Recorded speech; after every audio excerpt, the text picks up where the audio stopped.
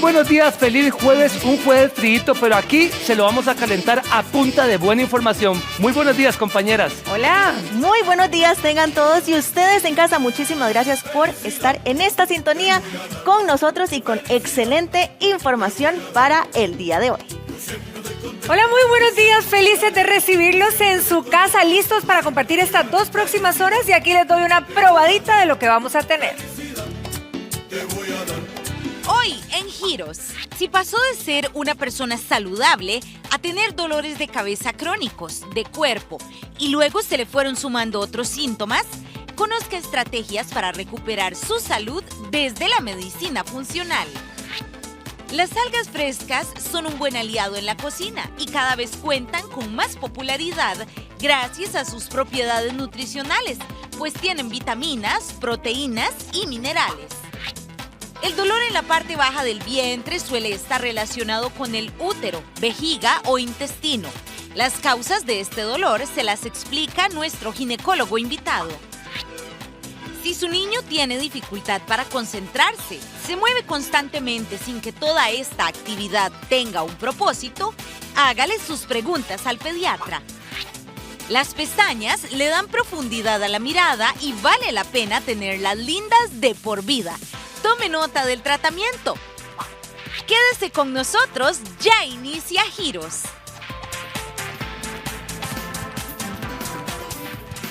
Y bueno, les comentamos que diferentes empresas fuera del país están contratando extranjeros. Bendito Dios. Y en buena hora, porque el desempleo en nuestro país está bastante alto y la posibilidad de, si usted está decidido a lo mejor salir de Costa Rica para poder obtener esa posibilidad, es una muy buena opción. Así es, una buena opción para que usted tenga ese trabajito que tanto está buscando. Esta es la ciudad de Virginia Occidental en Estados Unidos. Si usted hace teletrabajo, podría mudarse aquí y recibir hasta $12,000 de pago. Estos son algunos de los beneficios que el Estado ofrece a quienes se muden a esta ciudad. Situación que pone a muchos en el país a plantearse la posibilidad de buscar trabajo fuera de Costa Rica. ¿Se iría a trabajar? Sí, claro que buscaría mejores oportunidades. Claro. Sí. En este momento no. Algunas empresas fuera de Costa Rica plantean la posibilidad de contratar extranjeros. Por ejemplo, docentes ticos en Estados Unidos. Los requisitos son tener el título de docente de preescolar o primaria y también el dominio del idioma de inglés con algún certificado. Enfermeros ticos en Canadá. Se debe tener licenciatura en enfermería y dominio del idioma inglés o francés con algún examen que lo certifique. Por último, ingeniero en sistemas computacionales en Estados Unidos. Se debe tener licenciatura en ingeniería en sistemas, dominio del idioma inglés certificado y al menos experiencia de 4 años. Entonces, ¿cómo hacer si usted quiere buscar trabajo fuera del país? Una de las primeras cosas que debemos saber es que debemos dominar un segundo, un tercer idioma.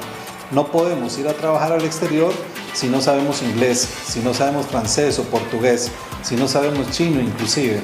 El día de hoy la internet nos acerca mucho más fácil a esas oportunidades que esperamos. Nosotros siempre recomendamos abrir un perfil en LinkedIn, que es la red profesional número 1 del mundo, estar en contacto con las diferentes embajadas del país cuando son intercambios.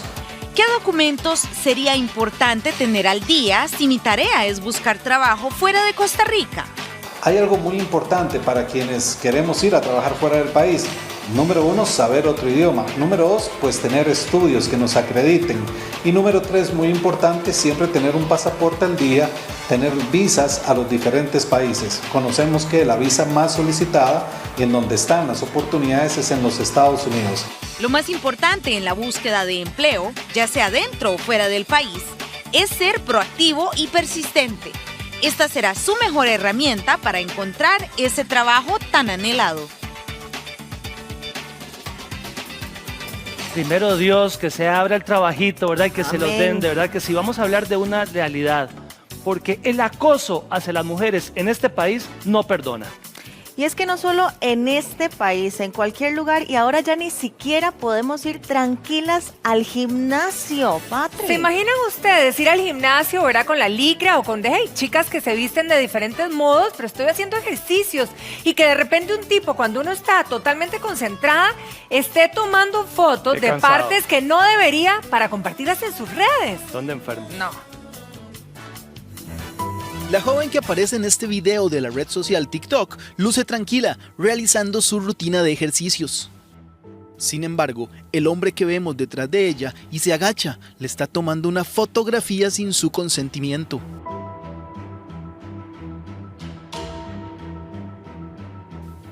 Vemos cómo luego se la muestra a otra persona. Situaciones de acoso son de todos los días para las mujeres deportistas que cuidan su figura. Y es muy triste lo que las mujeres estamos expuestas a la hora de ir a entrenar. Uno normalmente va como un poquito más descubierto, ¿verdad? O en ropa más pegada, que es algo que le genera a uno inseguridad, porque uno sabe que en el gimnasio hay hombres y que eso puede llamar la atención, ¿verdad? Muy complicado porque como mujer, el caminar por la calle, el asistir a clases, incluso en espacios totalmente públicos, un supermercado, una tienda, uno siente hasta cierto miedo de que se acerque a alguien y le diga alguna cosa, o lo vuelva a ver de alguna manera, o ir caminando y que alguien le pite y le grite una cosa inadecuada. Entonces realmente para uno es una inseguridad total. Por eso, los gimnasios de nuestro país cuentan con protocolos para evitar que las mujeres se sientan acosadas. En realidad es un tema muy delicado y es un tema que tenemos que tener mucha apertura, porque no solamente vemos el punto de acoso hacia la mujer, sino también hacia el hombre. Entonces nosotros lo que hacemos es que, digamos, la persona cuando va a ingresar al box, le hacemos una entrevista primero y también le hacemos sentir a la persona que dentro de las instalaciones tiene que seguir unos protocolos más allá de los del COVID, que es muy importante. También ese distanciamiento que ha habido por el término del COVID también nos ha servido mucho también para que el distanciamiento hacia las demás personas sea mayor. Entonces, el respeto se ve también por medio del distanciamiento. Por ejemplo, está prohibido usar el teléfono para tomar fotografías. Si vamos a usar algún tipo de celular o grabar algún video, siempre tiene que ser, tiene que pedirnos permiso a nosotros para poder hacerlo, porque por medio de eso se pueden filtrar videos, tal vez no exactamente de ellos mismos, sino que tal vez alguna persona detrás de la persona o de la mujer o del hombre.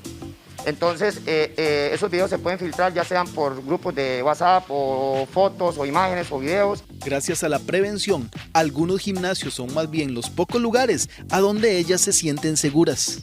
Mis entrenadores súper respetuosos en todo momento y también cuidan mucho como la parte de que uno no esté expuesta, ¿verdad?, a este tipo de personas. Siempre están como atentos a lo que uno esté viviendo en el gimnasio, entonces para mí entrenar no me genera susto, ¿verdad? Los entrenadores son muy abiertos en estos temas y ellos siempre están dispuestos a ayudarle a uno. Entonces no es como que yo diga, no puedo hablar de lo que me está pasando porque más bien se van a venir en contra mía y me van a decir, es que usted tal y tal cosa. Con ellos es como esa facilidad de poder comunicar lo que le molesta a uno.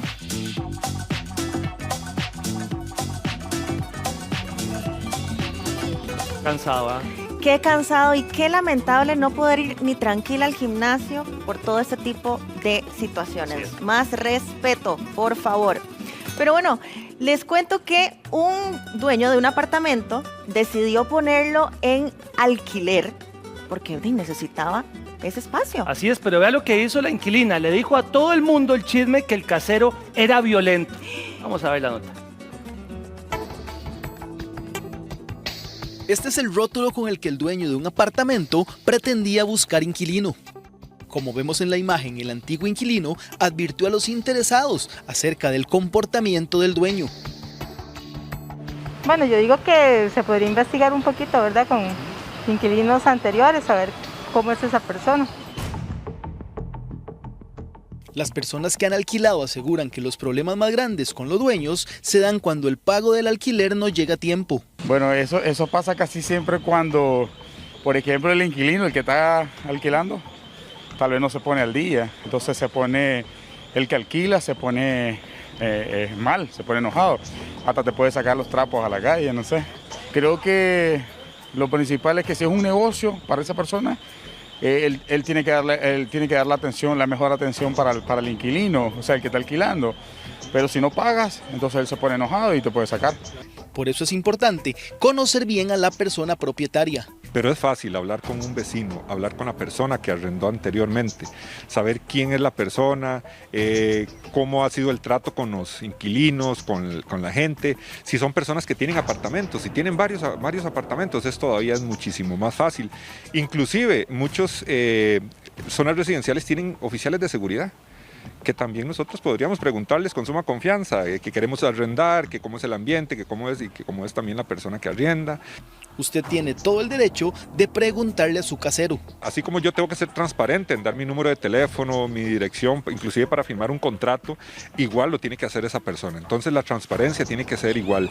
Muchas personas antes de alquilar le piden datos, le piden información personal de cuántas personas van a vivir aquí, muchos elementos. Así como nosotros damos esa información, también la persona que nos va a arrendar tiene que ser transparente y a pesar de que sea el dueño, la propiedad, darnos esa información. Antes de alquilar, trate de conocer al dueño de la casa o el apartamento. Mejor pedir los datos para estar tranquilos, ¿verdad? Exacto. Bueno, y esta noticia le ha dado la vuelta al mundo entero. La nieta de Alejandra Guzmán está diciendo que el abuelo la violó. Y es que estos son sentimientos encontrados porque hay muchas personas que la están apoyando y muchas personas también que indican que ella necesita ayuda psicológica ya que se inventó toda esta historia. ¿Quieren saber más? Veamos la nota.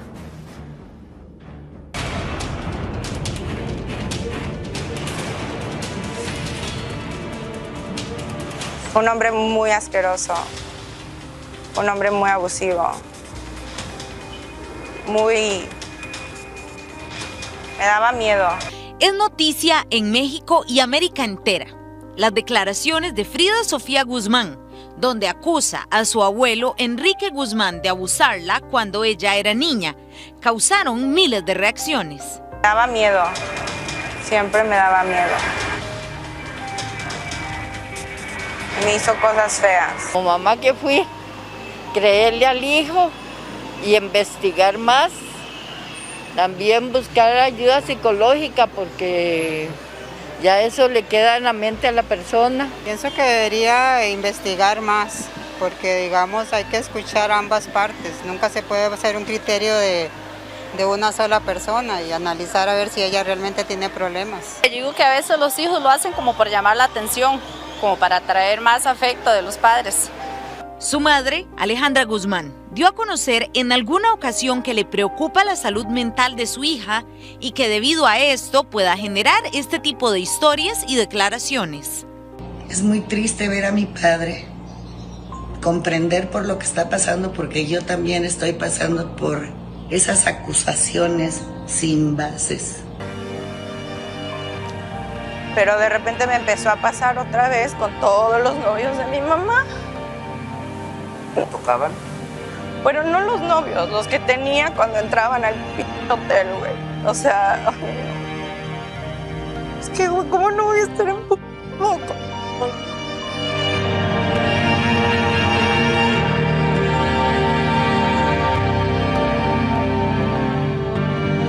Se pueden generar ciertas posturas donde se tienda a no creerle a la persona víctima o que está revelando este evento por temor, por inseguridad o por el mismo hecho de que nos hemos creado una imagen de esta persona que está siendo acusada de los actos y que no logramos que nos coincida. Acá lo que corresponde es interponer las denuncias frente a los organismos encargados y que sean estos organismos quienes presten la investigación, el seguimiento.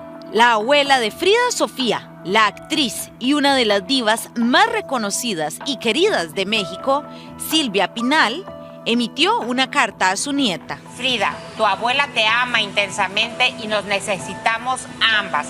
Con los años de experiencia y el amor que le tengo a la vida, he seguido puntualmente tus palabras. Dame la oportunidad de abrazarte y demostrar que estoy para ti en todo momento. Un familiar le dice que lo conversen en privado para no exponerse mediáticamente él o ella o la familia, pues claramente de fondo podríamos pensar que de la manera más amorosa está buscando proteger y acompañar a esa persona. Lo cierto del caso es que Frida Sofía asegura que no se callará y que seguirá denunciando por ella y por todos los niños abusados las agresiones que sufrió hasta que se haga justicia.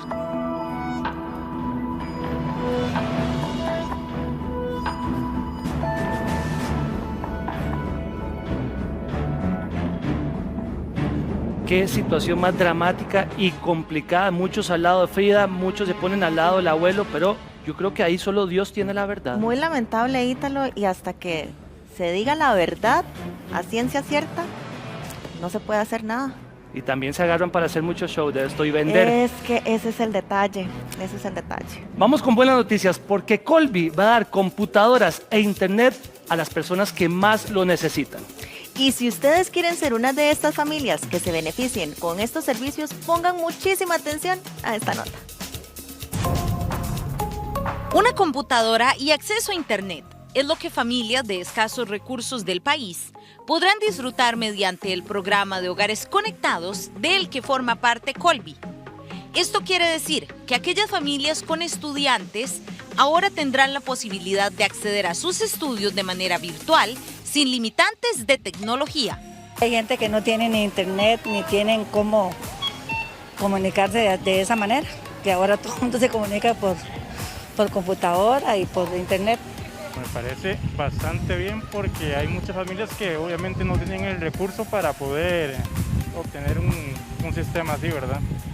Me parece bastante bien. Y es que a partir del 12 de abril, las familias que estén registradas con el IMAS se verán beneficiadas con esta oferta comercial que llevan paquetes de internet más computadora portátil con un subsidio económico que se le aplicará en la factura mensual. Las familias que necesitan este beneficio deben cumplir algunos requisitos. La oferta comercial será según quintil y el paquete va de 2 a 6 megas y con un precio a partir de los 3.864 colones. Para más información puede ingresar a colby.cr o llamar al 1193. Las familias que tendrán este beneficio serán preseleccionadas por el IMAS y deben cumplir los requisitos que les solicite la institución. El programa Hogares Conectados nació con el fin de cerrar la brecha digital, garantizando así un acceso universal en todo el país a las familias que más lo necesitan. Con este internet, los estudiantes podrán acceder a plataformas como Zoom, Teams, buscadores y otras herramientas de estudio.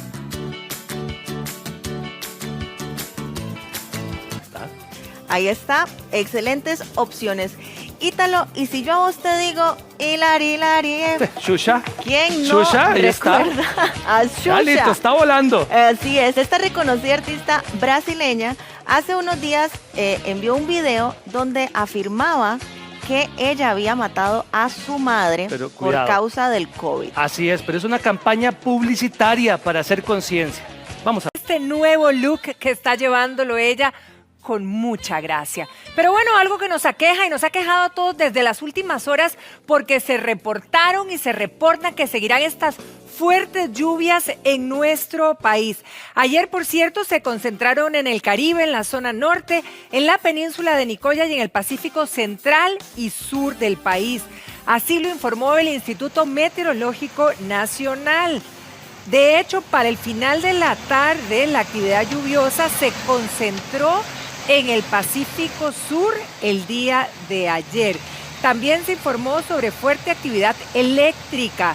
Pues imagínense ustedes que en una hora cayeron cerca de 1000 rayos. Esto es importante para que tengan muchísima prevención, no solamente por las precipitaciones, por las inundaciones que pudieran haber si están en zonas de deslizamiento, tomar las precauciones del caso y por supuesto, si hay tormenta eléctrica, prevenir también para que realmente pues nos protejamos. Pero lo cierto es que queremos que nos amplíen la información para ver qué va a pasar de aquí en adelante y nuestro compañero Fabián Mesa nos lo reporta con los expertos. Fabián, muy buenos días, adelante. Compañeros, estamos desde la Estación Central de Bomberos aquí en San José. Nos acompaña don Manuel Pérez, él es encargado, y vamos a hablar acerca de esta situación que está ocurriendo en el Caribe, porque las lluvias de la mañana, las lluvias de la madrugada hicieron que una gran cantidad de incidentes se estén presentando en la carretera. En este momento, a la altura de Chirripó, la ruta 32 está cerrada. Don Manuel, muchas gracias por acompañarnos esta mañana en Giros. Muy buenos días. Mira, sí, en realidad este cambio de clima tan repentino y de imprevisto que se dio este año, ese adelanto del invierno, ha hecho que se presenten con más facilidad y anticipado un gran número de incidentes. Estos incidentes, como los deslizamientos, la caída de los árboles, la atención de cortocircuitos, que ya llevamos más de 90 en lo que va de este cambio climatológico, es importante considerarlo porque va a mantenerse. Esto en definitiva no va a cambiar.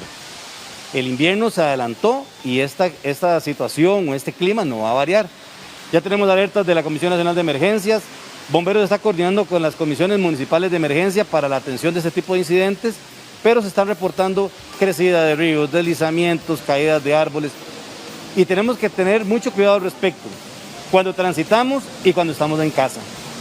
Hay cosas que no podemos prever ni tampoco podemos evitar, como por ejemplo la caída de un árbol, pero sí lo que tenemos que hacer es ser previsorios al respecto. ¿Y cómo somos previsorios? Simplemente con ver el árbol que genera algún riesgo para la casa y talarlo, pedir los permisos correspondientes o podarlo y evitar así el riesgo para la casa y el riesgo para nosotros. ¿Qué hago, por ejemplo, si vivo cerca de un río, ahora que están tan crecidos? Claro, tenemos que estar monitoreando en los niveles del río. Los ríos pueden crecer rápidamente porque las lluvias son muy fuertes y repentinas. Al darse esa situación no podemos estar vigilantes de que cambie continuamente, sino es algo crítico, agudo, rápido. Entonces es de un momento, llovió fuerte, creció el río. ¿Qué es lo que debemos de tener ese cuidado? Bueno, de no tener nada cerca del río, no estar en las veredas del río, en las cercanías del río, porque esos crecimientos nos pueden arrastrar. No únicamente cuando esté lloviendo, el fenómeno que siempre se nos da en el sector de Guapiles. Llueve en las zonas altas, en el Surquí, en San José, y aumenta el nivel del río, y cuando los bañistas están en el sector de Guapiles, que no está lloviendo, llegan las llamadas cabezas de agua, que son elevación del nivel del río, y quedan las personas aisladas. Esto genera avisos de incidentes, ponemos en riesgo a las personas innecesariamente. En esta época debemos de ser claros, no estamos para estar de bañistas en los ríos. Estamos en una situación muy inestable climatológicamente y no podemos ponernos en riesgo de esa manera. Tenemos que ser previsorios, tomar las prevenciones necesarias, los cuidados necesarios para estar seguros y mantener segura a nuestra familia. Por último, don Manuel, la gente que está conduciendo en las carreteras, tanta situación que se está presentando. Mira, recordemos que la estabilidad de los vehículos cambia. La resistencia que hay de las ruedas del vehículo en la carretera, seca y mojada, son totalmente diferentes. Las carreteras durante la época seca se llenan de partículas de aceite, de grasas, de polvo, y se convierten resbalosas. Cuando se mojan nuevamente, eso se convierte en una capa súper deslizante y el agarre de las llantas disminuye. De igual manera, la condición de las llantas en mal estado es mortal, es fatal porque lógicamente disminuye esa capacidad de fricción y de agarrarse en la carretera. Otra condición que se nos da es el asumir el riesgo. Ese riesgo que vemos una capa de agua en un sector que hay una inundación y no conocemos la profundidad que tiene y asumimos el riesgo de pasar. Centenares de veces pasa lugares como la León 13, San Rafael de Escazú, que hay baches en la carretera que no los podemos cuantificar la profundidad, no podemos medirlo y asumimos el riesgo de pasar. Lamentablemente superamos la capacidad del nivel del vehículo y quedan atascados ahí, y eso corresponde a un rescate de una persona en un vehículo. Agradecemos mucho a don Manuel de Bomberos. Lo que tenemos que hacer en este momento a las personas que están en carretera es tener mucho cuidado porque, como lo decía don Manuel, algo importante, va a seguir lloviendo. Compañeros. Fabián, muchísimas gracias por esta información, gracias también por todas las recomendaciones y esperemos que verdaderamente todo el mundo trabaje en eso, en la prevención. Pero también queremos trabajar en la prevención de nuestra salud. Ya está con nosotros el doctor Carlos Román. Doctor, muy buenos días, bienvenido. Un placer en verte como siempre. El placer es mío, Sí. el placer es mío. Mucha gente de la nada se siente muy bien, está bien y de repente empieza con diferentes dolores crónicos que se van complicando y queremos estar bien, doctor. Sí. Bueno, vamos a hablar hoy tenemos testimonios muy bonitos. Vamos a hablar de dolor, de ansiedad, de muchas cosas. Empecemos por ansiedad. Vamos a doctor. empezar con ansiedad. ¿Hay mucha gente padeciendo en este momento de ansiedad? Bueno, mira, este año ha sido uno de los años más difíciles en la historia de Costa Rica. Y yo he aprendido mucho de mis pacientes este año. Estos testimonios son muy, muy bellos. Pero la cantidad de gente que me han llegado en el último año, la clínica mía normalmente es de fibromialgia porque yo tengo fibromialgia y artritis, pero la cantidad de gente joven como Dani y Álvaro con ansiedad generalizado, gente que nunca lo han tenido, gente que no quieren salir de la casa, gente muy deprimida porque ya perdieron su ritmo de vida normal. Ha sido uno de los años más difíciles de mi vida porque no puedo viajar a donde yo trabajo en Europa. Y ha sido algo muy, muy difícil. Entonces han llegado tanta gente con ansiedad y depresión, Patri. ¿Qué tipo de problemas en la vida, verdad? ¿Qué tipo de cosas son las que verdaderamente pudiéramos decir que no podemos controlar y que generan e impactan de esta manera negativa con nuestra ansiedad, depresión, tristeza, etcétera? Bueno, mira, es tantas cosas. La mayoría de gente que yo veo son gente que tienen dolor crónico, ¿verdad? Gente como Rocío, que vamos a ver un testimonio de Rocío que es increíble, que no podía caminar. Entonces hay mucha angustia y depresión por dolor, que se muere tu madre, se muere tu hijo, se muere tu esposo. Gente joven como Daniel y Álvaro. Daniel era un muchacho muy extrovertido, tocaba en una banda, salía a tocar en la noche de un día al otro, estaba encerrado en una casa, nunca apareció de ansiedad y le dio ansiedad y agorafobia. Entonces ha sido un año muy difícil, además el COVID, enfermedades, gente ha sido muy difícil, Patricia. Ahora, ¿pudiéramos decir que la depresión llega cuando la persona o en general alguien no encuentra satisfacción en la vida? ¿Es una premisa correcta? Qué buena pregunta, ¿verdad? Normalmente yo diría que es un gatillo, ¿verdad? Porque hay tanta gente ahorita joven que han estudiado, Patri, por 4 o 6 años, que son profesionales y tienen que trabajar en call centers, se sienten fracasados, que tanto inversión de dinero, de su tiempo, no pueden conseguir trabajo. Entonces yo veo mucho de eso. Es muy interesante esa pregunta. Y se ve más en gente joven. Gente viene a verme. Increíble. Gente joven vino a verme el otro día, un muchacho que estudió Derecho, que no puede trabajar como abogado. Otros un graphic designer, diseñador gráfico que no puede trabajar tampoco. Y está muy frustrado la juventud, para que sepa, Patricia. Vamos a arrancar con los testimonios porque esto de alguna manera, ¿verdad? También hace que la gente en casa se identifique y pueda buscar esa salida. José Daniel Rodríguez, ¿verdad? José Daniel, contanos un poquito tu caso. Así es, digamos que desde que tengo uso de razón yo he padecido de ansiedad. Puede ser 8 años que tengo. Durante toda la escuela y colegio, para los profesores y más encargados de salud y psicólogos, jamás lo tomaron en cuenta o jamás lo notaron, supongo.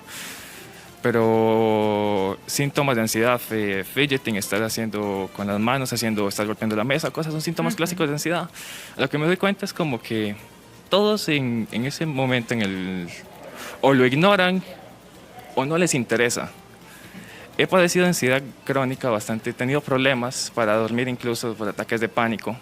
José Daniel, ¿vos eras consciente de eso? ¿Que era algo Yo no, diferente? ¿O que creías que eso era algo normal, digamos? No, la misma institución, los mismos profesores, las mismas personas a mi alrededor me hicieron creer que esto era normal y que más bien debía de aguantarme.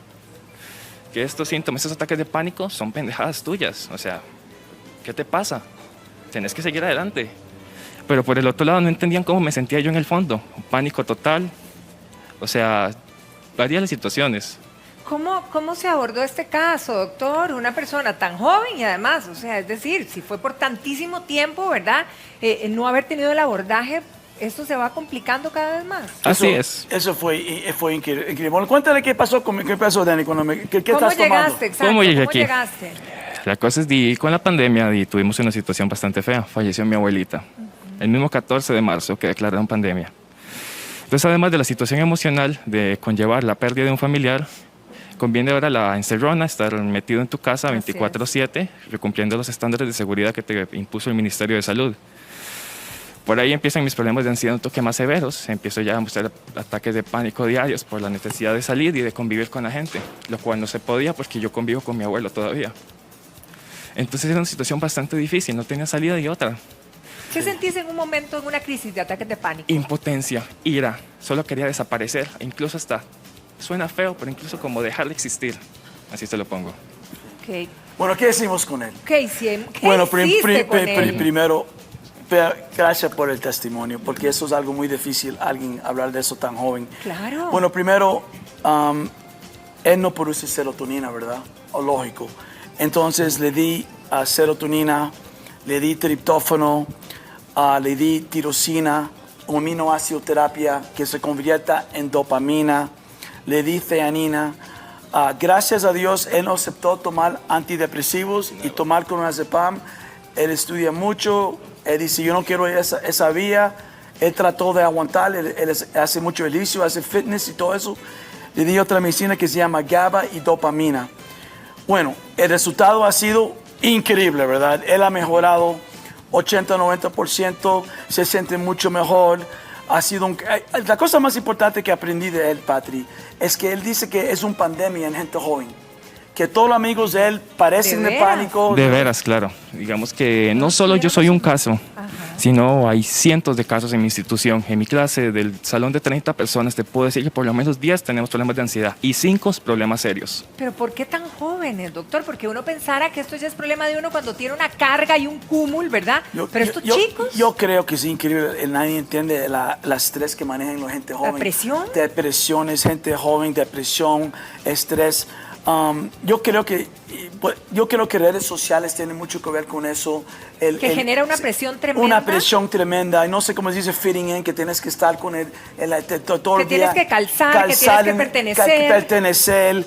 Están en Instagram todo el día. Él pasa mucho en el teléfono, están en Instagram, están en Facebook, se miden contra la otra gente. Ahora, Carlos, es un estrés total. Vos dijiste algo importante, que los ansiolíticos convencionales no. ¿Por qué los ansiolíticos convencionales, digamos, no serían una alternativa para un chico como José Daniel o para cualquier joven, verdad? Bueno, esto es un tema polémico y complicado. La serotonina no se produce en el cerebro, se produce 10% en el cerebro. Vamos a empezar por ahí. La serotonina se produce en este intestino que descubrieron en el intestino, la microbiota, 90%. El estudio que hicieron en Harvard hace años encontraron que los antidepresivos funcionan en 28% de la gente. Está bien, si funciona, úsalo. Pero no es sostenible, como hacen en Londres, yo trabajo en Londres, que tú puedas dar eso por más de un año. No es sostenible, máximo un año, porque agotan los receptores de GABA en el cerebro, hacen mucho daño y todos los pacientes que vienen a verme a mí han tomado antidepresivos por 3-4 años, agotan los receptores de GABA, eso produce pánico y los psiquiatras y los médicos agregan clonazepam. Entonces los pacientes que vienen a verme a mí, típico, son gente tomando 1 o 2 antidepresivos y gotas de clonazepam y lo suben hasta 20, 30, 40 gotas al día porque ya no saben qué hacer con estos pacientes. Tienen depresión, ansiedad, agorafobia, insomnio y no hay ninguna salida. Le doy gracias a Dios que Daniel, yo le di la medicina mías, ha mejorado, digamos, un 80-90%. El pobre le da insomnio, estamos trabajando el insomnio porque el ciclo circadiano que de cada ser humano es muy diferente. Claro. Este mito de dormir 8 horas es un mito. Yo duermo 5 y me levanto. Entonces ahora estamos trabajando eso. Pero el niño Dani ha mejorado dramáticamente y ahora vamos a pasar a hablar con Alvarito. Con Álvaro, que también es un chico muy joven. Álvaro, contanos un poquito cuál fue tu experiencia, qué pasaba con vos. Bueno, yo normal, toda la vida normal, ¿verdad? Y hace unos 3 años más o menos empecé con lo que es la ansiedad. Me daban unas taquicardias bastante fuertes, entonces de eso mismo... ¿Cómo va a ser? ¿Y por qué? ¿Algo le empezó a generar o algo específico o de la nada? De la nada fue, yo vida normal siempre y un día estando así normal me daban y después al otro día me volvía a dar y cada vez más seguido me daban. Y después lo que ya me agravó eso fue que empecé con pérdida de apetito. Entonces no comes nada, entonces no te dan ganas de nada, no tenés ganas de hacer absolutamente nada. Exacto. Y también se me brotaba mucho la cara de acné. Eso. Y la medicina del doctor me ha ayudado muchísimo con todo. Doctor, ¿por qué? La cosa más linda, ¿por qué aparece así? La cosa más linda de él fue el acné, no se ve ahorita. No, está con la cara impecable. Sí, estaba lleno de acné, eso fue la cosa.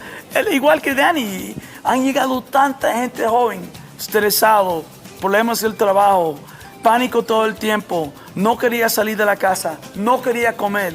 ¿Quién pensaría que gente tan joven aparece en estas... A mí eso me tiene impactada. Es impactado y yo aprendí de ellos que esto es como dice Dani, es una epidemia en Costa Rica.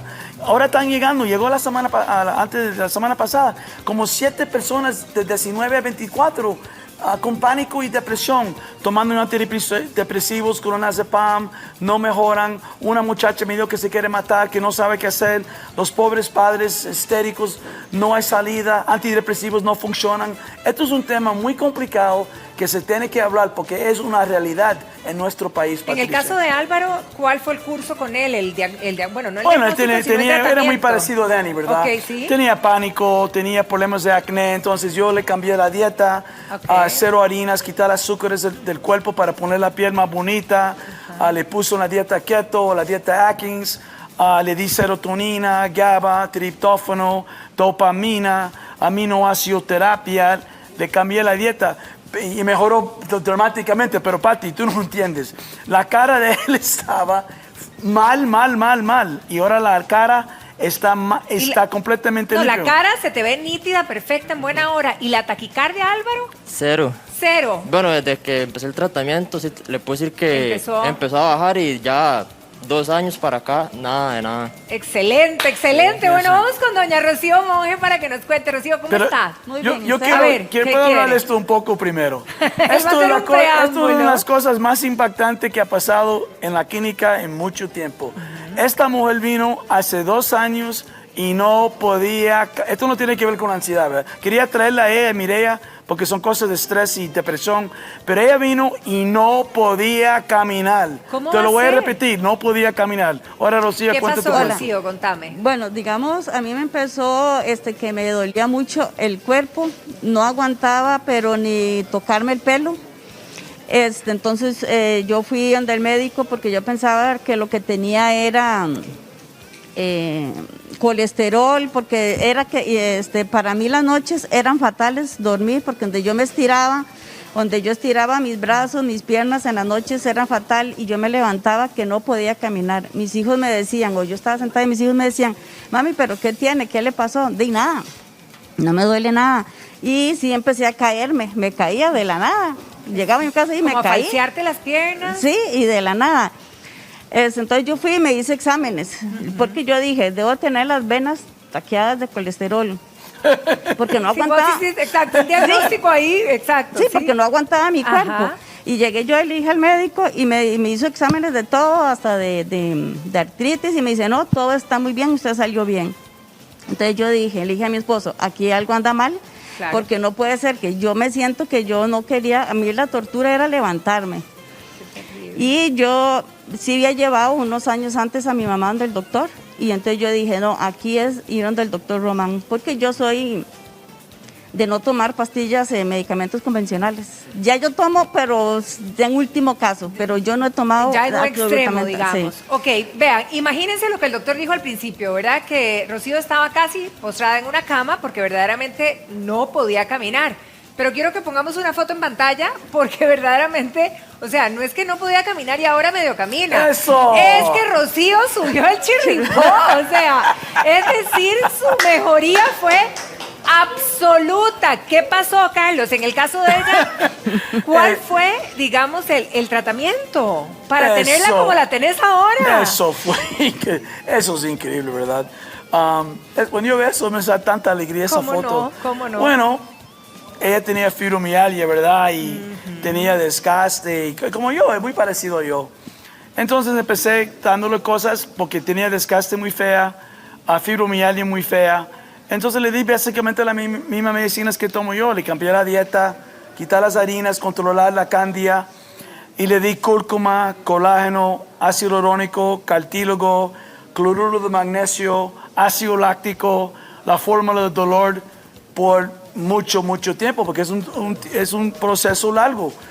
El dolor se quitó muy rápido, ¿verdad, Sí, Ro? el dolor Eso se se quitó quitó rápido. un par de meses, pero el desgaste para que ella podía subir Chiripó duró su tiempo. Y cuando llegó el otro día de la cita, Álvaro lo mencionó la foto de eso, yo casi me desmayé y no puedo creer que ella si vio Chiripó. Eso es una locura, con todos los problemas que tiene esta mujer.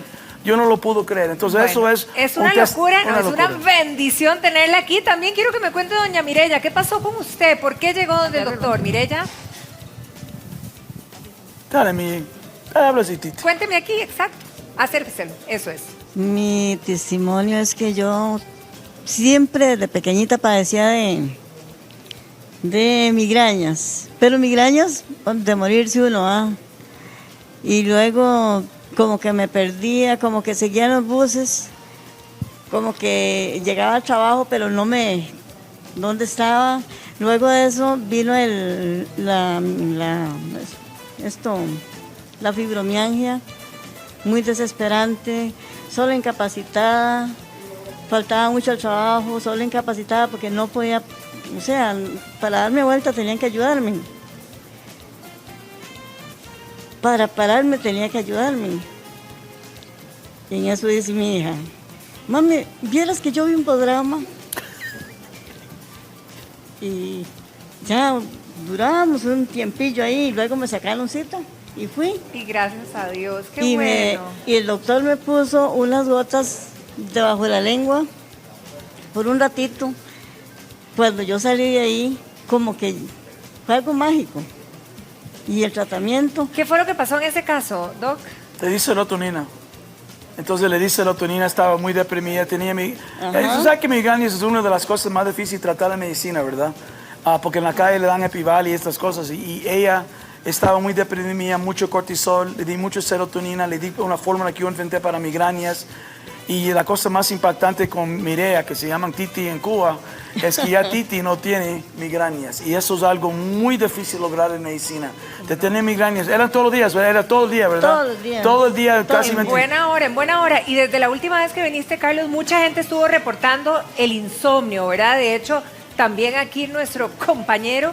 ¿Qué nos puedes recomendar? Yo creo que nos trajiste algo que Sí, bueno, natural, mira. ¿verdad? Bueno, que puede mira. servirnos. Esto es yo uso mucho aminoácido terapia. Ajá. Entonces, estos son 3 componentes que yo tomo en las noches para dormir y para mi artritis.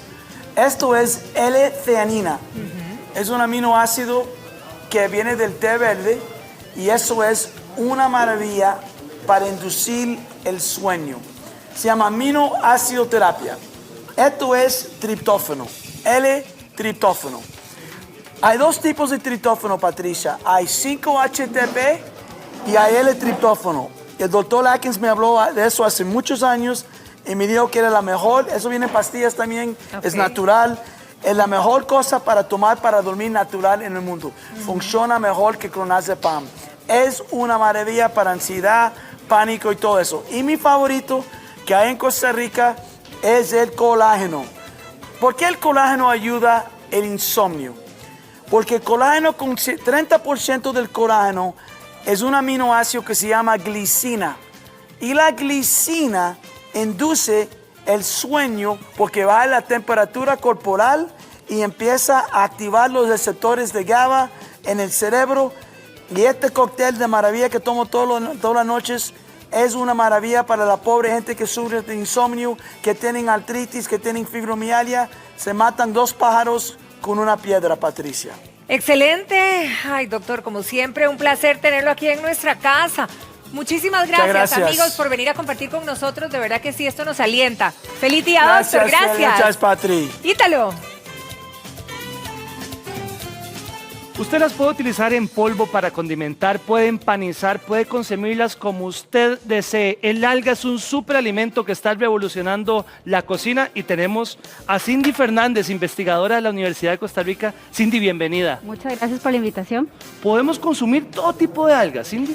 No necesariamente, hay algunas que no se consumen, ¿verdad? Y hay algunas que tienen por sus características, tienen carbonatos de calcio, son duras, etcétera. Hay muchísimos tipos de algas y no todas las podemos consumir. ¿Cuáles son las características de las algas que podemos consumir?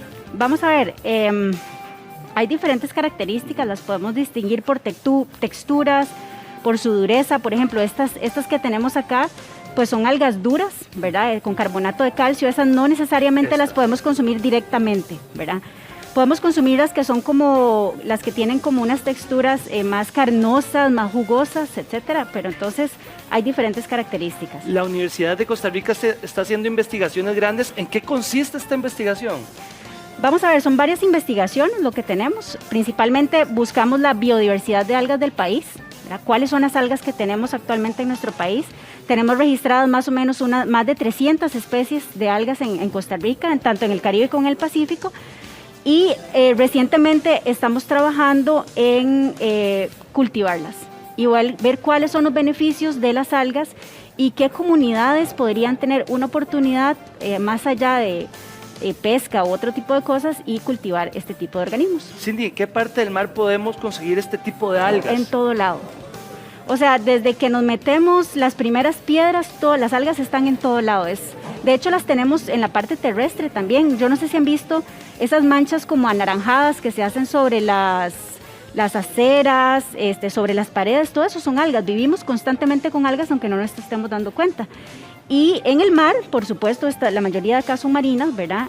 Las tenemos principalmente en muchos ambientes. Desde que nos metemos, los pies ya están ahí. Cindy, ¿cuánto tiene que crecer un alga para poder, digamos, llamarla para consumo? Depende, hay especies, por ejemplo, como esta, que este es el tamaño máximo, ¿verdad? Entonces, este tipo de cosas que son como filamentos, se pueden consumir ya en este tamaño. Hay otras, por ejemplo, como estas. Esta que uno se da cuenta que tiene como bolitas ahí, ¿verdad? Exactamente, esa se puede consumir de cualquier tamaño, igual pequeñitas, o esta puede llegar a medir más o menos unos 30 centímetros de largo, perdón.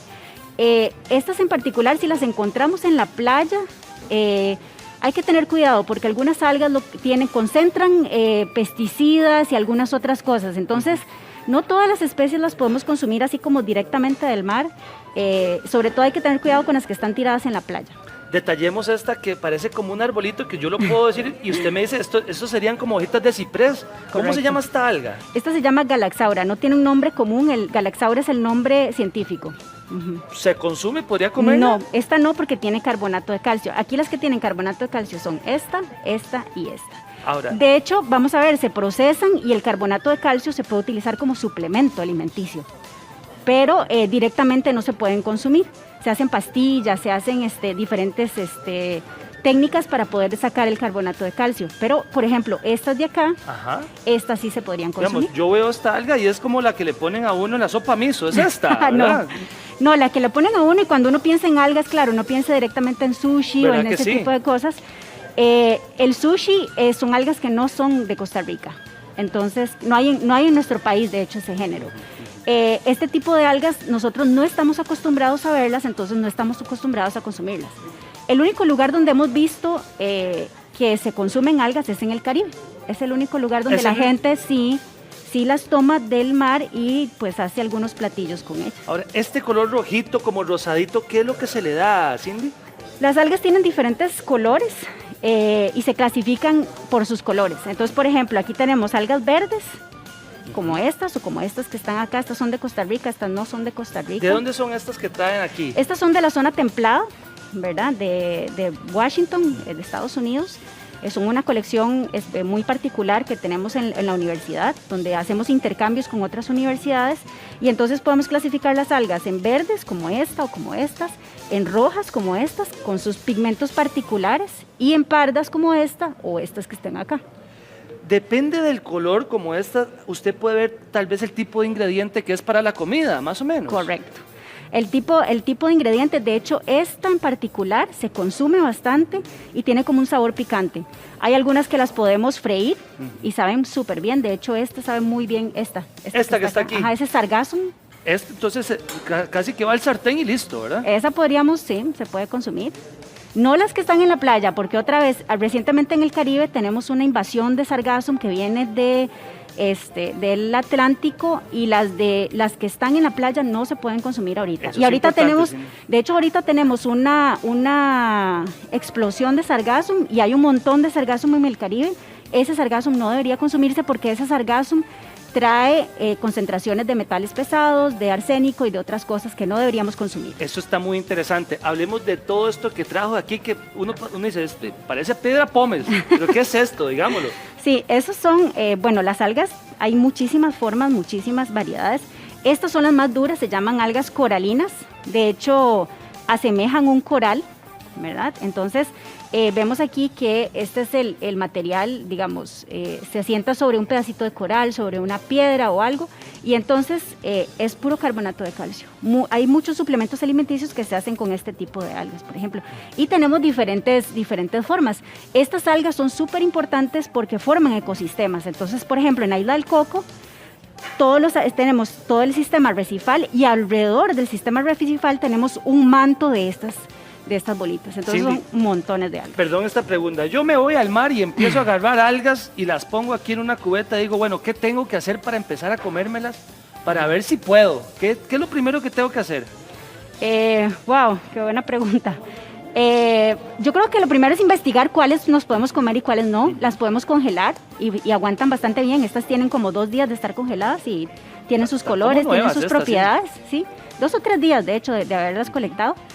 Estas son del Caribe específicamente, todas estas, y podemos congelarlas, podemos empezar a probar algunos sabores. Hay muchos chefs que de hecho están probando ahorita diferentes sabores, diferentes texturas. Como le digo, hay algunas que tienen hasta algún picante, como aquella que está allá. Hay otras que saben, la textura es más gelatinosa, etcétera. Perdón que me la acerque aquí.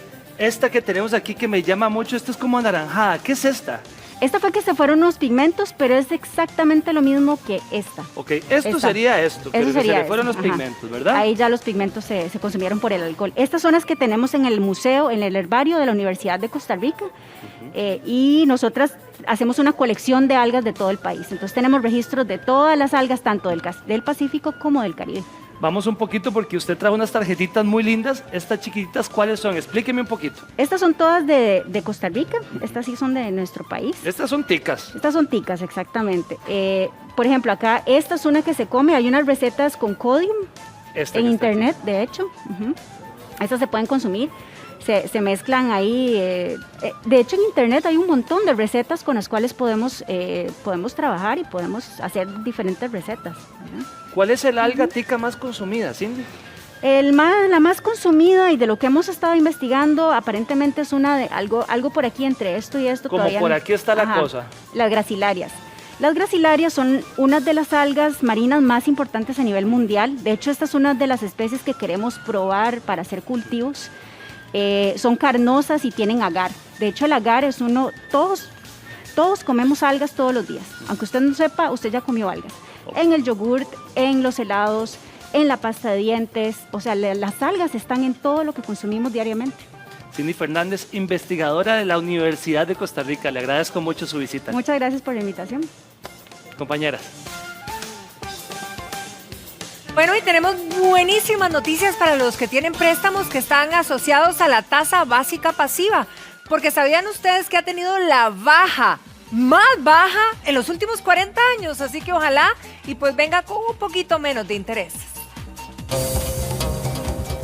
La tasa básica pasiva continúa en descenso.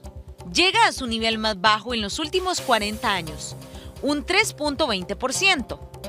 Esto quiere decir que los préstamos que tengan relación con la tasa básica pasiva tendrán una reducción en su cuota. Y si es así, me parece que es una ayuda para los que tienen préstamos. Es una buena opción, y todo lo que sea en beneficio de la gente que está con alguna deuda, me parece que es muy bueno. Como estamos ahorita, yo creo que no estamos para sacar préstamos ni personales ni hipotecarios. Yo que trabajo en un banco, baja, pero no equipara los salarios. Entonces, como quien dicen, quedamos igual. Este es un ejemplo de cómo las cuotas de los créditos bajarían de precio con la reducción de la tasa básica pasiva. Por ejemplo, un crédito de consumo a un plazo de 60 meses por un monto de 10 millones de colones tendrá una reducción de 12.797 colones mensuales. O un crédito hipotecario a un plazo de 300 meses por un monto de 55 millones de colones. Tendrá una reducción en su pago mensual de 97.340 colones. Si uno tiene un crédito con tasa fija, no le va a bajar la cuota mensual, la cuota se va a mantener. Pero si es en tasa variable y esa tasa variable está asociada a la tasa básica pasiva, sí le va a bajar de forma significativa en la función en que vaya bajando. Y es que sí bajó la tasa al punto más bajo de los últimos 40 años. Entonces sí está en un punto bajo. Las tasas pueden también ir a la alza. Por eso es importante que usted sea administrado con su dinero y no se confíe en la rebaja que puede percibir en las cuotas mensuales.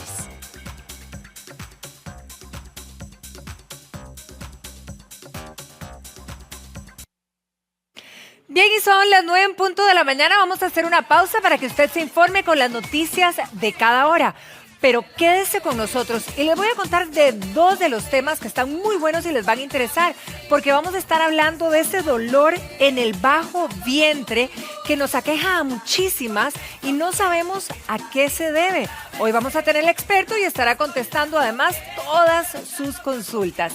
Y también estaremos hablando a todos aquellos padres que en este momento dicen, mi hijo es hiperactivo, no sé qué hacer. Bueno, también estaremos abordando este tema. Quédese con nosotros. Ya regresamos.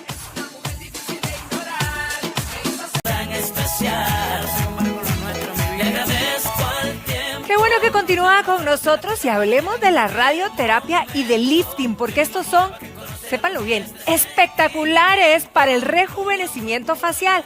Vean que desde la primera cita uno ve totalmente los cambios y uno se puede ir a la casa tranquilo y seguir con la vida normal.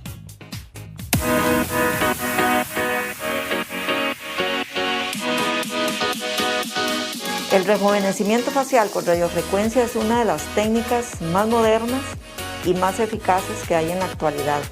Es un tratamiento sumamente indoloro y es demasiado beneficioso para la piel.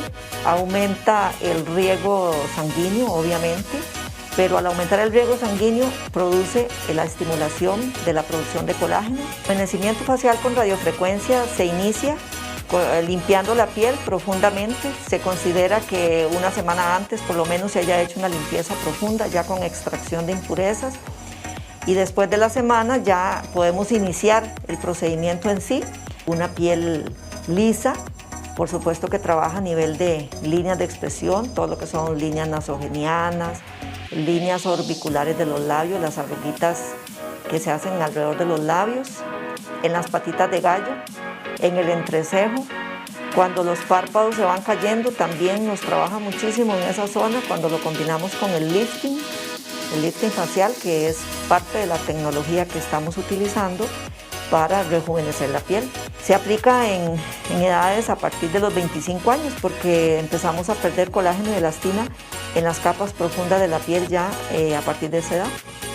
Y pues ya a la edad de 30, 40, 50, 60 años vemos el resultado notable con una aplicación y un mantenimiento adecuado de la piel con esta tecnología de radiofrecuencia y lifting facial.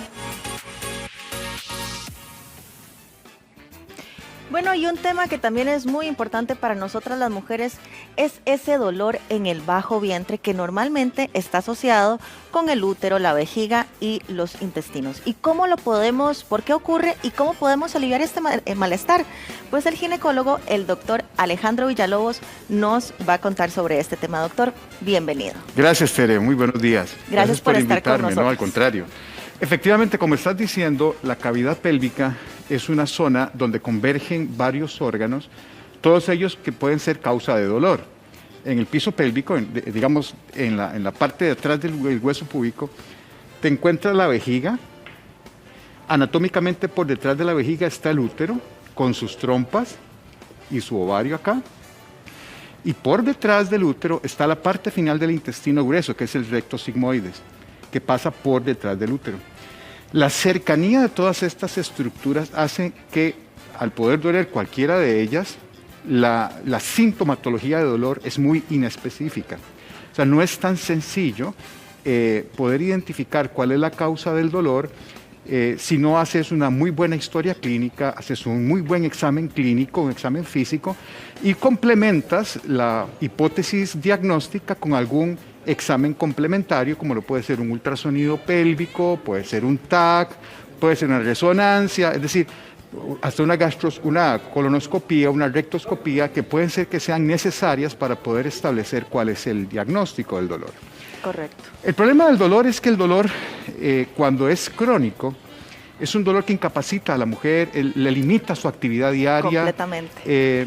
Le limita hacer actividad física, o la actividad física le incrementa el dolor. Entonces, en muchas ocasiones es muy importante identificar cuál es la causa de dolor, porque el problema es que mucha gente se automedica sin saber qué es lo que tiene. Y entonces estás tomando un medicamento que perfectamente puede ser que no te esté haciendo nada, o en el peor de los casos que esté enmascarando algún proceso diferente que requiera otro tipo de tratamiento y que por no abordarlo tempranamente lo vayas a complicar con el tiempo. Ay, no, y Dios libre. Y es que, doctor, hay momentos en los que se sienten como pasadas, como mordiscos. Yo creo que también en casa nos van a entender esos malestares que uno dice, pero es que, ¿por qué pasa esto? Bien, como te digo, hay que identificar muy bien cuál es el sitio de dolor y cuál es la causa del dolor para poder dar un tratamiento correcto. Y la primera forma de abordaje de esto es haciendo una muy buena historia clínica del dolor. Esto nos lo enseñan a nosotros en la Escuela de Medicina desde que estamos en tercer año de carrera, pero con el paso del tiempo y ya cuando uno empieza a pintar canas en la cabeza, se empieza uno a dar cuenta de que lo que le decían a uno jovencito es realmente cierto. El 80% del diagnóstico del origen del dolor te lo da el mismo paciente conversando con él acerca de las características del dolor.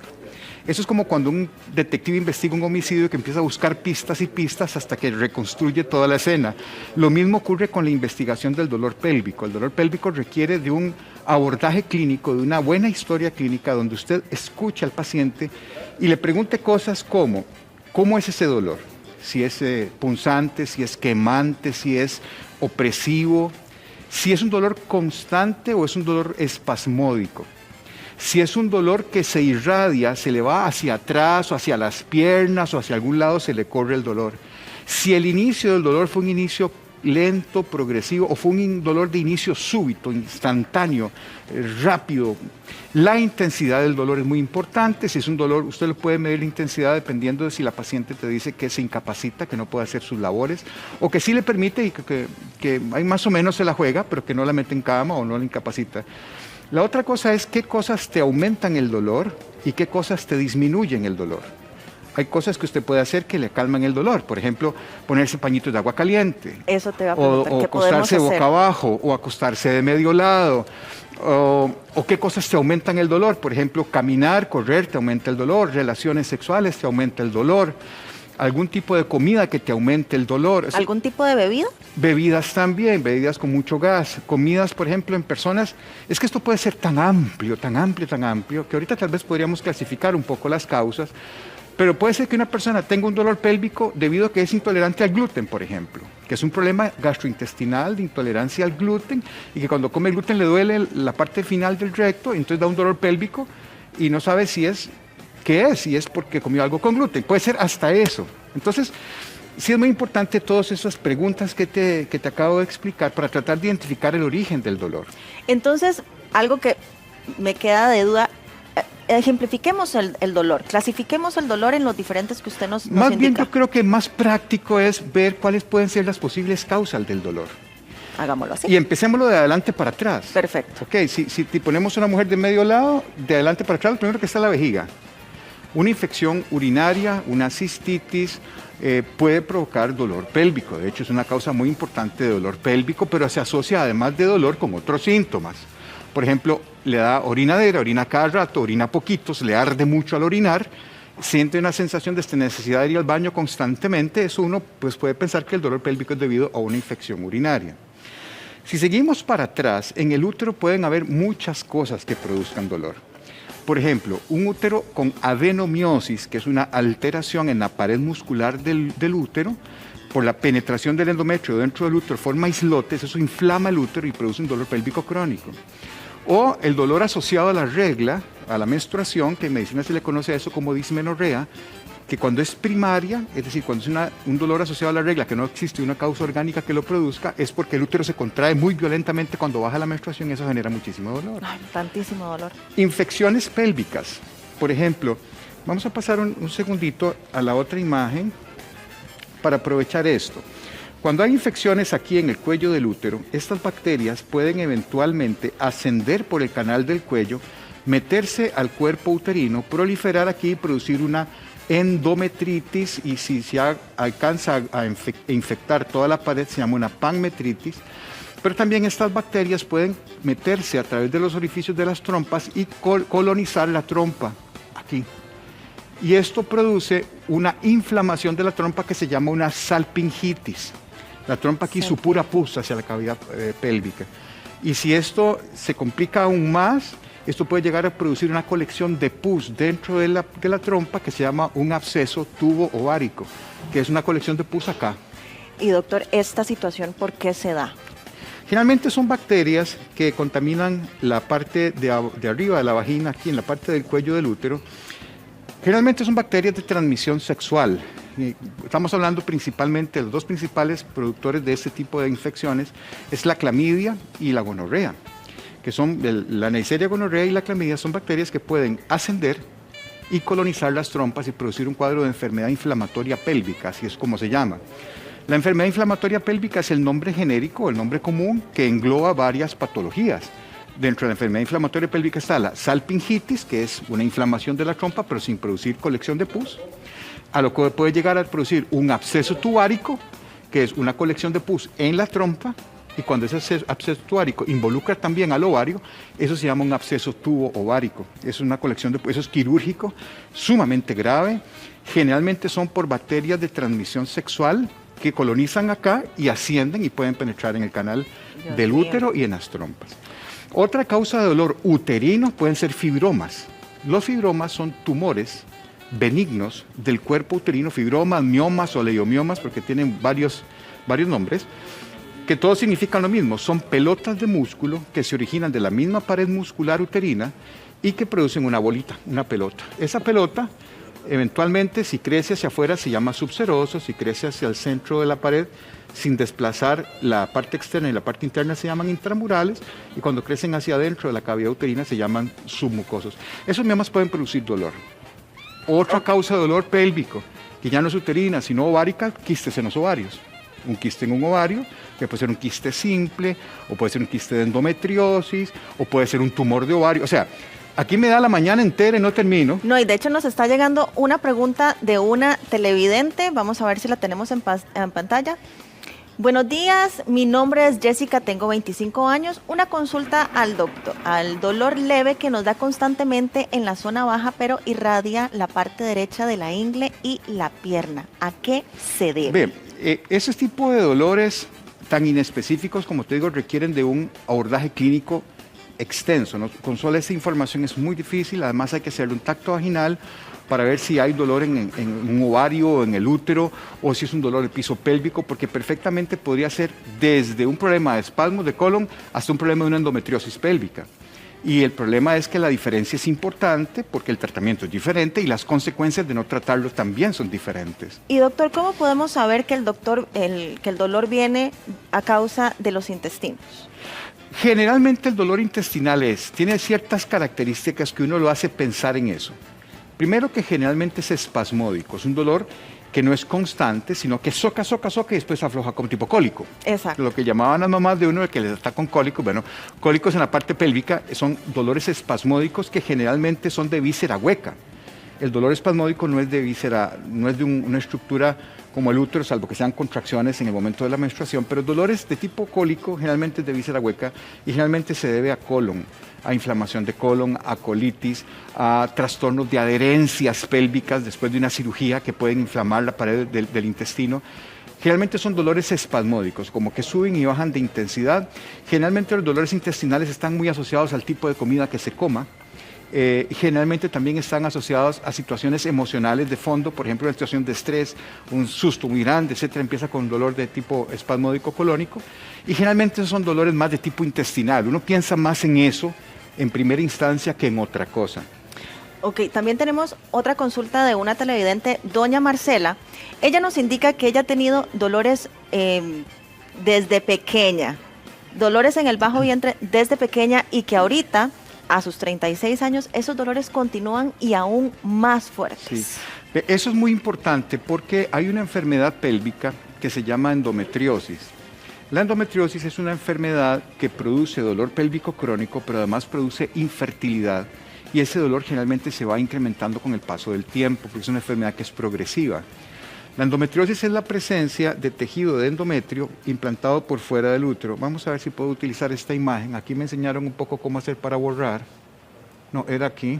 Si alguien... Aquí y aquí no, sí, ya me acordé. El tejido que tapiza la pared interna del útero, este tejido se llama endometrio. ¿Ok? Ese tejido, cuando está implantado por fuera del útero, en el piso pélvico, aquí, o en los ovarios, o en las trompas, eso se llama endometriosis. Y la endometriosis es una enfermedad que produce dolor pélvico crónico, que con el paso del tiempo es un dolor que va incrementándose. Generalmente se asocia a los periodos de menstruación, donde el dolor realmente es incapacitante. A veces el único síntoma que tiene la endometriosis es un dolor pélvico crónico. A veces el principal síntoma es infertilidad.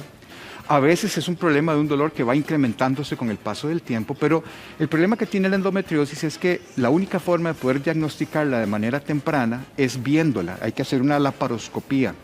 El ultrasonido no es un buen método de diagnóstico temprano.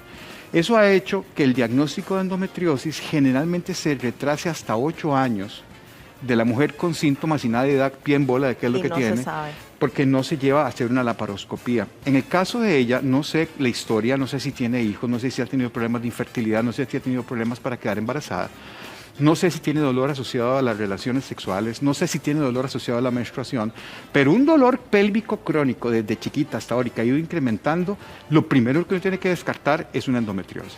Entonces, bueno, hay que tener más información. Tenemos otra pregunta de otra de nuestros televidentes. Hola, buenos días, mi nombre es Catherine, tengo 13 años.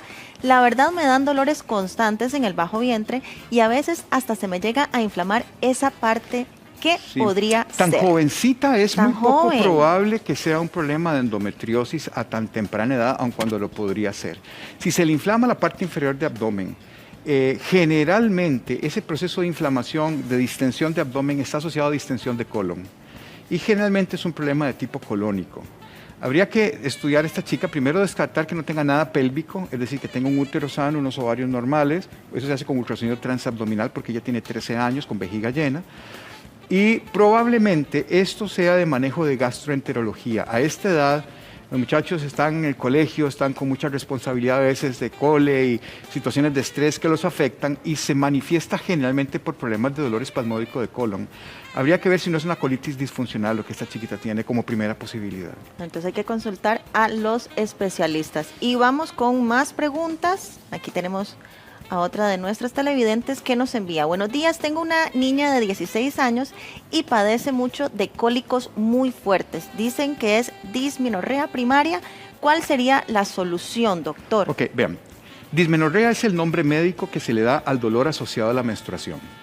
Hay dos tipos de dismenorrea. Dismenorrea primaria, que es aquel dolor pélvico en el cual no existe una causa orgánica que lo produzca. Es decir, usted puede hacer una laparoscopía, le puede hacer un ultrasonido, puede hacer todo y todo está normal, pero a la chiquita le duele cuando le baja la regla y le duele mucho. Hoy en día sabemos que la razón de ese dolor es porque a nivel de la pared muscular, estas mujeres producen todas las mujeres lo producen, pero estas en particular producen una cantidad muy alta de unas hormonas que se llaman prostaglandinas. La E2 y la F2-alfa son las prostaglandinas que al producirse en exceso aquí en la pared muscular uterina, cuando baja la regla, el útero se contrae muy violentamente y eso es lo que genera dolor. Sabemos hoy en día que la producción de prostaglandinas inicia desde el momento de la ovulación. Cuando la mujer está ovulando, ahí se desencadena una cascada de síntesis de prostaglandinas que culmina con la producción de ese tipo de prostaglandinas en la pared muscular en el momento en que baja la regla y por eso se genera dolor. Una de las estrategias que nosotros utilizamos para manejar la dismenorrea primaria es dar pastillas anticonceptivas. ¿Por qué? Porque la pastilla anticonceptiva lo que hace es elimina la ovulación, hace que la mujer no ovule.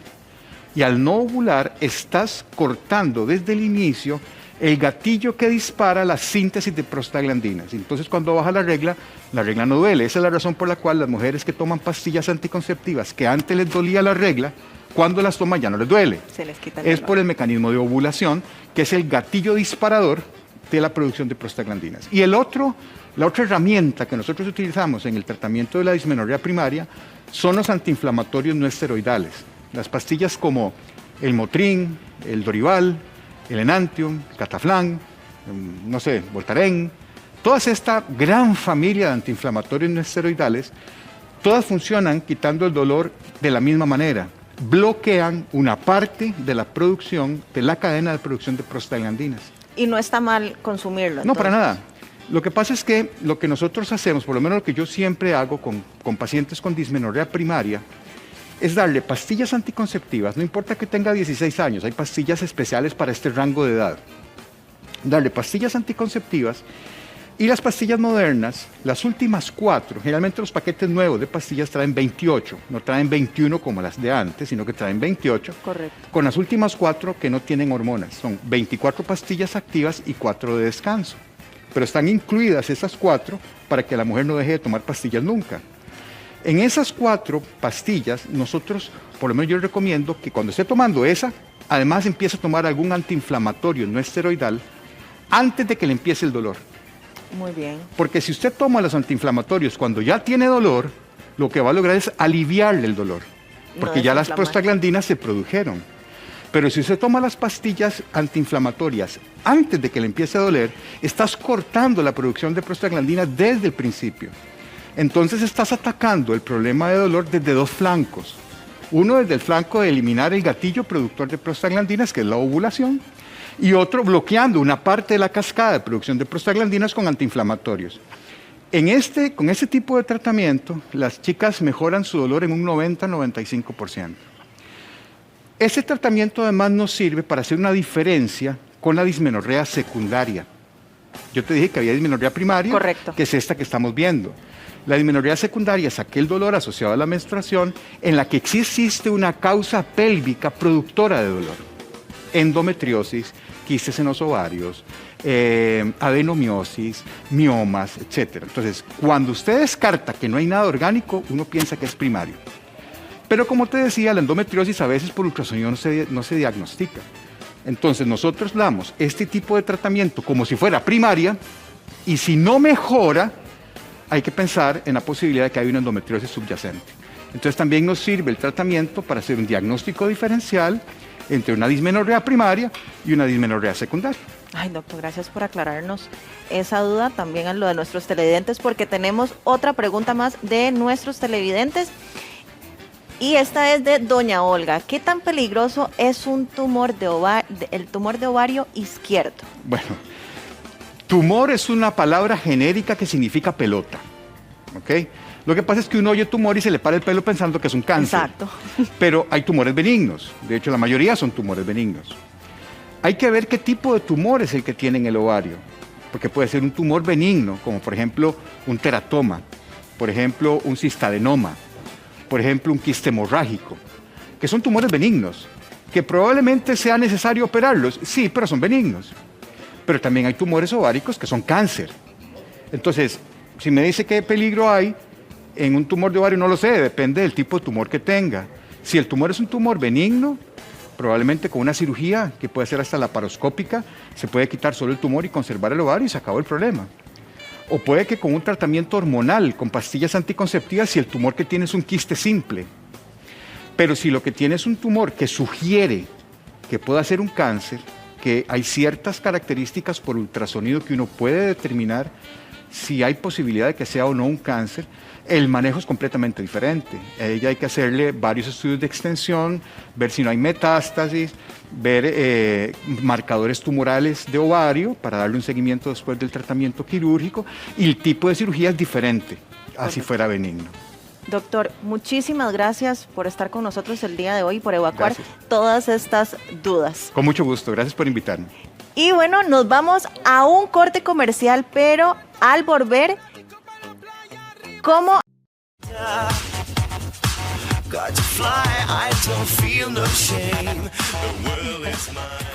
Bien, muchísimas gracias por continuar con nosotros y vamos a hablarle a ustedes, papá, mamá. Si ustedes sienten que tienen un chiquillo que, por ejemplo, le cuesta muchísimo concentrarse o que no para de actividades, aunque no tenga sentido en ese momento, uno dice, ¿será que mi hijo es hiperactivo o no?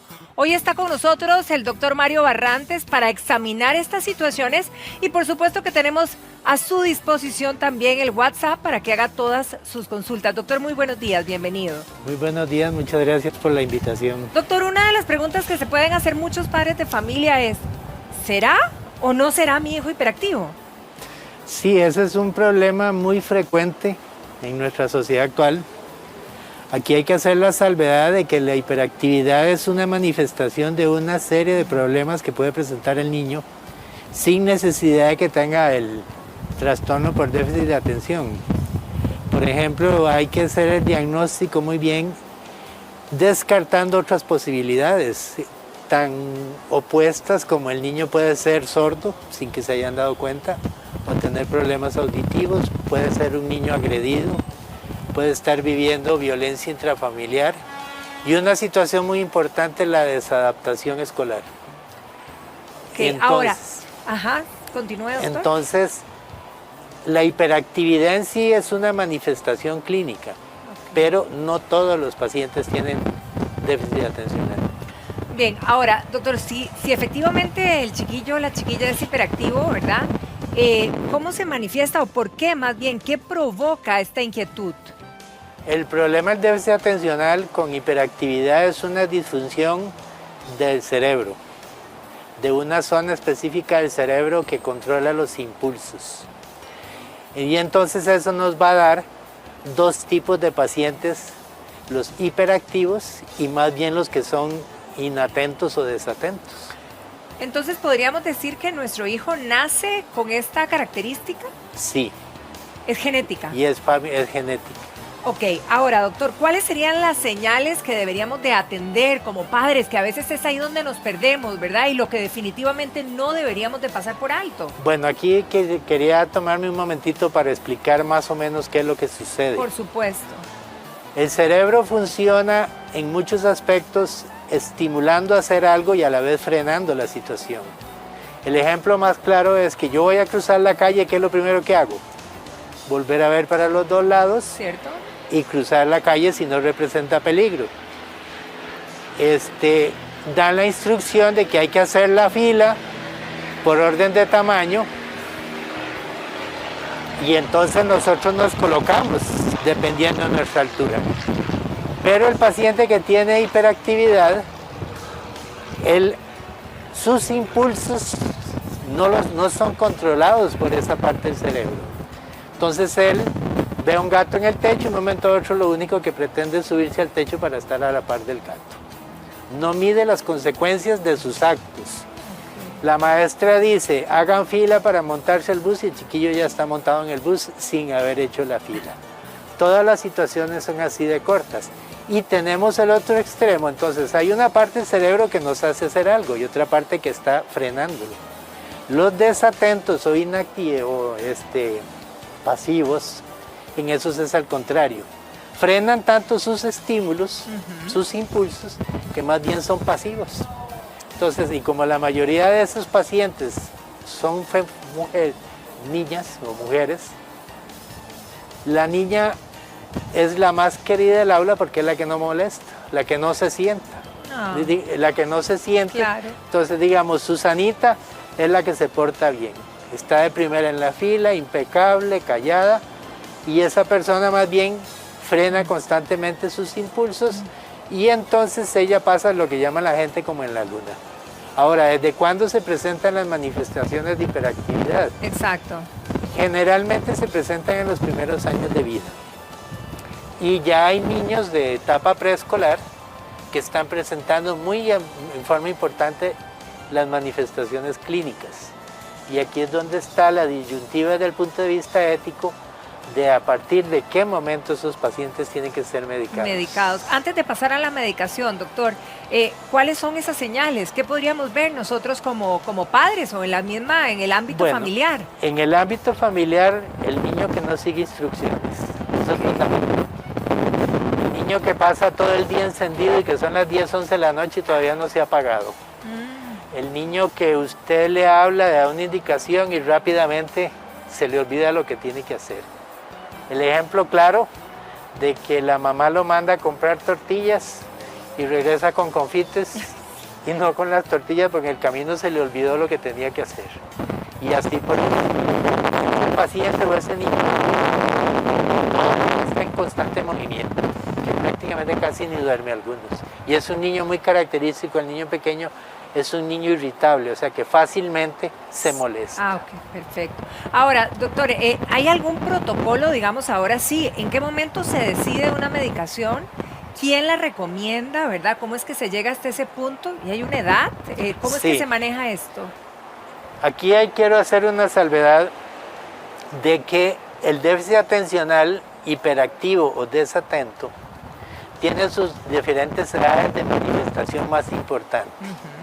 Los más fáciles de diagnosticar son los niños hiperactivos, porque son los que nadie se aguanta.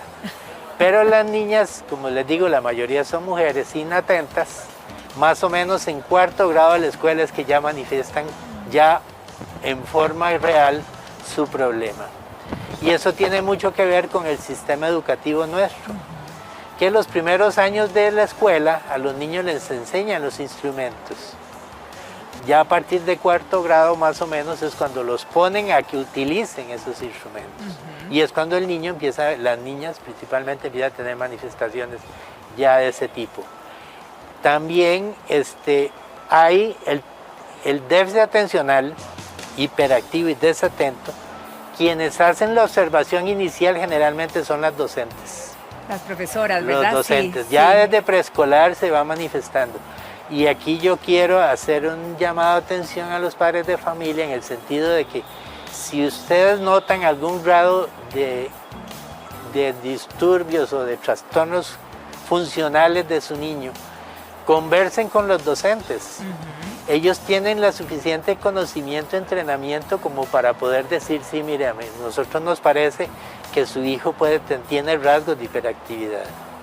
Y no solamente eso, sino que hay un test, el test de TDA, que se baja en internet, es libre. Y nosotros cuando dábamos la consulta, le dábamos ese test a los padres y a los docentes para que lo llenaran. Ahí lo que se hace es marcar con una X preguntas como, todo el día se porta mal, de vez en cuando, nunca, es agresivo, no es agresivo, es decir, una serie de cosas, es muy sencillo de marcar. Y uno ahí suma los ítems y dependiendo del puntaje más o menos orienta ya el diagnóstico. Ahora, doctor, en este protocolo el cual yo le mencionaba, ¿hay un proceso, digamos, en que uno tenga, no sé, alguna terapia, verdad, conductual o usted me lo va a decir previo a ya tomar la decisión de la medicación? ¿O lo primero, o digamos que la medicación es la salida? No, aquí tenemos que hacer la salvedad de esto. Una vez que los docentes, generalmente, o los mismos padres de familia, consultan por el problema, porque cuando, digamos, en el hospital de Heredia, que fue donde trabajé bastantes años, ahí teníamos, o se tiene la consulta de trastornos del comportamiento, que es como se llama esta área de la pediatría. Ahí nos llegaban generalmente los pacientes referidos, nosotros los recibíamos de una vez de los docentes. Ahí los valorábamos, se le volvía a pasar el test, los evaluábamos médicamente, descartando las otras posibilidades y se llegaba a un diagnóstico. Cuando el paciente ya se le diagnostica TDA, hay varias opciones para el manejo. Bueno. El campo nuestro de ser médicos es la parte farmacológica, digamos así. Pero también ellos requieren terapia conductual, muy importante, y terapia psicológica. En estudios mundiales se ha visto que cuando el paciente tiene esos tres manejos en conjunto, el éxito del tratamiento anda en el 80-90%. Ahora, doctor, muchos padres cuando se enfrentan a una situación como esta, surge el temor, ¿verdad?, de que un hijo sea medicado tan chico, por la repercusión que esto pueda tener. ¿Cuál es su criterio? Sí, aquí hay que ser claros en un asunto. Las guías mundiales hablan de que el niño se debe pretender medicar una vez que tenga que presentar exámenes para ganar grados. Okay. Entonces estamos hablando más o menos de primero o segundo grado en adelante. Okay. Cuando el niño menor de esa edad, con terapia conductual y terapia psicológica, continúa con problemas, principalmente hiperactividad, que ponen en riesgo su vida o su integridad física, o que no han respondido en una forma adecuada y tienen mucho riesgo, en esos niños se podría considerar la necesidad de medicarlos. Pero la mayoría de niños